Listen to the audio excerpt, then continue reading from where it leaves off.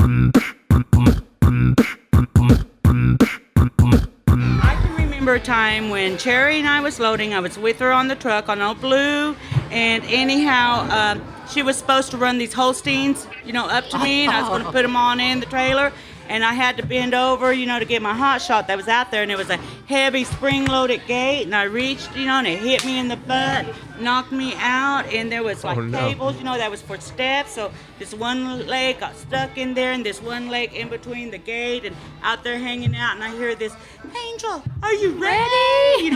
And I thought, oh my God, the Holstein's going to run over my legs and it's going to be, Yeah, that could have been dangerous. So she did come around, thankfully, and say, Angel, she's seen this leg and this boot, and that was it, But we've had so many. The first trip I ever went with Cherry on the truck, we went to Eagle Pass, Texas, where they have the Mexican cows, and they're like jumping deer, And It was in a cab over Freightliner with the Detroit, leaking all that oil. I mean, the tires was slicker than snot. The old trailer, you had to have a copper tubing in there with the jumping cables from we the didn't battery even have a hot shot to be able to move, the decks up and down. But so we're going up, and I can remember asking her, are we going to be able to leave a different way, Because there was nothing. We're going up, up and up. She said, oh, no, we got to come right back down. I thought, oh, my God, because I'd heard that she could drive, but this was, and when we left out for that trip, we were so excited. We didn't even have a hot shot.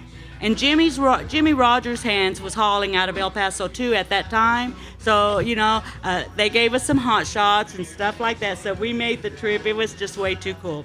Shoo! Yeah. Yeah, well, I've had truck cows come back out of the trailer and chase me across the top of my trailer trying to kill me.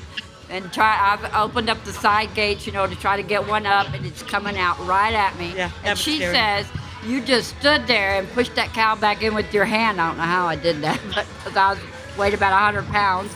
Yeah. Because it's fear.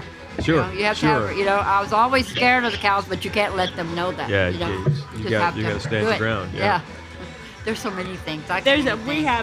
We could tell stories, Oh, yeah. But anyhow, we're going to be good. I worked hard at it because back then there weren't that many women doing it. Sure. And a man could do it. We could be loading or unloading, and the guy could do this, and the guys would say, oh, that's okay, that's happened to us a lot. But something that I would do, they would say, do you see what that dumb girl did? But so I worked really hard I wanted to be good, and I didn't want anybody to be able to say, well, she screwed her way into that job. No, I worked hard from what I did, what I had. And I didn't want anybody to be able to say nothing that I didn't deserve that job or, I couldn't do it. There's a bunch of guys over there that'll tell you, you earned everything that you got, I worked hard. And I was a good driver. So I never got in a wreck, never had any bad cows. I took care of my stuff. I had to. I know you haven't said a word, but it was nice talking to you. You've been sitting there, like really.